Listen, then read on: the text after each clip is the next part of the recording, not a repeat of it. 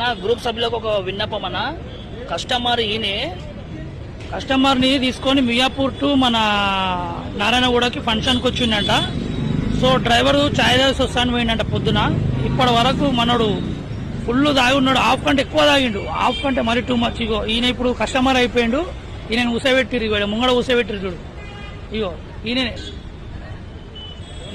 Duty చేయక తాగి వచ్చి బండ్లో కూర్చుంది చూడు, ఈయననే ఈ పెద్ద మనిషి.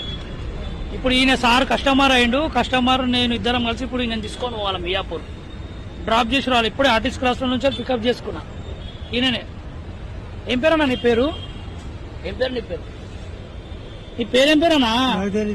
తెలీదా? అట్లా తాగి కస్టమర్ ఇబ్బంది పెడతావా? ఎందుకు తాగినావు మళ్ళా? ఎందుకు తాగిన అరే కస్టమర్ అనే దేవునితో సమానం, నువ్వు ఆయన గుసబెట్టుకుని మంది అవుతావా? నీకు నోరు కూడా తిరుగుతలేదు, ఇంత ఫుల్ తాగి నువ్వు ఆయన ఎమ్మడు నమ్ముకొని వస్తే ఇట్లా చేస్తావు. ఈ పద్ధతేనా? తప్పు.